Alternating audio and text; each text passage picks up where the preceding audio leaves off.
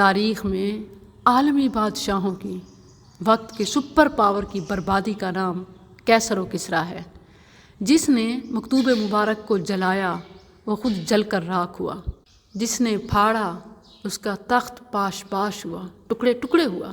عید کے روز ایک سیاسی معاملے کو جس طرح مذہبی معاملہ بنا دیا گیا اور دنیا کے تمام قوانین کو ایک طرف کرتے ہوئے اسلام کے خلاف نفرت کو پھیلایا گیا، حالانکہ پوری دنیا میں مذہبی منافرت کو روکنے کے لیے قوانین ہیں، لیکن جب اسلام کی باری آتی ہے تو کوئی قانون مؤثر نہیں ہوتا۔ حکومت نے خود اجازت دی، اور عید کے روز ایک اہم دن، مسلمانوں کے ایک بڑے دن، اور مسجد کے سامنے جگہ مقام بھی عظیم، اور عظیم کتاب کو جلایا جانا، بے حرمتی کرنا، یہ کوئی معمولی بات نہیں۔ اور اب فسادات کی جڑ سوشل میڈیا کو قرار دیا جا رہا ہے۔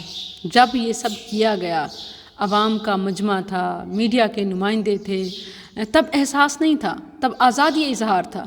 اب جب اپنے پہ پڑی ہے تو پھر موت پڑتی ہے۔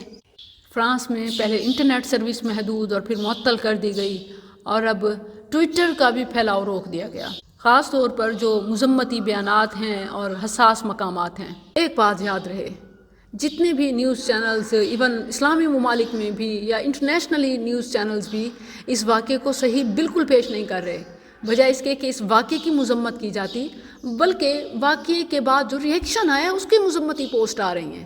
مثلاً فلاں جگہ پر مسلمانوں نے احتجاج کیا، اتنا نقصان ہوا، اس کے نتیجے میں یہ ہوا، اس کے نتیجے میں یہ ہوا، یعنی وہ جو اصل واقعہ ہے اس پر کسی کو ملال نہیں۔ اب اگر چند ایک اسلامی ممالک یا OIC، اسلامی تعاون کی تنظیم، یہ کوئی مذمتی بیان دیتی ہے یا کوئی بیانیہ جاری کرتی ہے تو اس سے فرق نہیں پڑتا۔ آج تک اس سے کیا ہوا؟ کیا یہ کوئی نئی بات ہے؟ ایسا پہلی بار ہوا ہے؟ ہرگز نہیں۔ 9/11 کے بعد سے تو گویا انہیں لائسنس مل گیا ہو، بڑے منظم انداز میں قرآن ذی شان کی بے حرمتی کے واقعات اوپر تلے پیش آ رہے ہیں۔ گوانتانامو بے اور بگرام کے عقوبت خانوں میں قیدیوں کو ذہنی اذیت دینے کے لیے ان کے سامنے متعدد بار قرآن پاک کے اوراق پر فوجی چڑھ کر ناچتے رہے، ان کو فلش میں بہاتے رہے، ان پر کتے دوڑاتے رہے۔ یہ واقعات میڈیا میں چھپے مگر کوئی احتجاج نہ ہوا۔ جیلی قرآن کے ایڈیشن جیسے ٹرو قرآن اور فرقان الحق کے نام سے اس طرح بھی قرآن کی بے حرمتی کی گئی، اور پھر باقاعدہ جلایا جانا، پھر فیس بک پر باقاعدہ پیجز اور باقاعدہ ڈیز، برن دی قرآن ڈیز۔ بڑا شوق ہوتا ہے نا، فلاں کو دیکھی ہولی منائیں، ہیلووین منائیں، یہ منائیں، وہ منائیں، ویلنٹائن، نیو ایئر ڈیز متعارف کرانے والوں نے تمہاری مقدس کتاب برن قرآن کا بھی ڈے بنا لیا۔ اور کرو ان کی نکالی، ہم نے تو ان کے تہوار ایسے منائے کہ ان سے بھی آگے نکل گئے، وہ خود حیران رہے کہ ایسا تو ہم نے بھی کبھی نہیں سوچا تھا۔ ایک طرف قرآن کریم کی بے حرمتی، پیارے رسول صلی اللہ علیہ وسلم کے گستاخانہ خاکے، اور دوسری طرف ہمارے سفارتی تعلقات، مراسم، تحائف، دورے، میچز اور تہوار، یہ سب سلسلہ چل رہا ہوتا ہے۔ اپنے آپ کو دھوکہ دینے کے لیے اتنا کہہ کر بس خاموش ہو جاتے ہیں کہ اس کی حفاظت کا ذمہ تو اللہ نے لیا ہوا ہے، جلانے والے خود جلیں گے۔ یہ ٹھیک ہے، لیکن کیا ہماری بھی کچھ ذمہ داری ہے یا نہیں؟ نہ ہمارا کھانا چھوٹتا ہے، نہ ہمارا پینا، نہ پہننا، نہ آرام، نہ نیند، نہ ہماری روٹین، کوئی فرق نہیں آتا۔ نہ ہمارے بچوں کی باہر جانے کی کوششیں، ہمارے کاروبار اور سب کچھ۔ ڈالر سے ہماری والہانہ محبت، ان کی مصنوعات کا دیوانہ وار استعمال، اور قرآن جلتا رہے، ایمان سوتا رہے۔ ہم بھی کتنی عجیب قوم ہیں، کھیل میں حقیقت پسند بن کر سنجیدہ ہو جاتے ہیں، مگر سنجیدہ واقعات کو کھیل سمجھ کر نظر انداز کر دیتے ہیں۔ کہاں گئی دنیا بھر کی NGOs، ہر ایک کے حقوق کی محافظ بننے کا دعویٰ رکھنے والی NGOs؟ کہاں گئے انسانیت کے نام نہاد رکھوالے، امن قائم کرنے کے ٹھیکیدار، بذام خود تہذیب یافتہ اور دنیا کے بین الاقوامی ماحول کو پرامن رکھنے کا دعویٰ کرنے والے؟ بلکہ یہ خود پہلے اجازت دیتے ہیں اور پھر تحفظ دیتے ہیں۔ ان گستاخوں کو، مجرموں کو پروٹیکشن دی جاتی ہے۔ ہمارے حصے میں کیا صرف مذمتی بیانیے ہیں؟ پاکستان زندہ باد کے فلک شگاف نعرے ہیں؟ حرمت رسول پر جان بھی قربان ہے، خواہ قرآن پر عمل بالکل بھی نہ ہو۔ قرآن کی جو گستاخیاں ہم کرتے ہیں، یہ اس سے بھی کہیں زیادہ ہیں۔ ہم نے قرآن کے کس حکم کو لیا؟ جس سے منع کرتا ہے وہ علل اعلان کرتے ہیں۔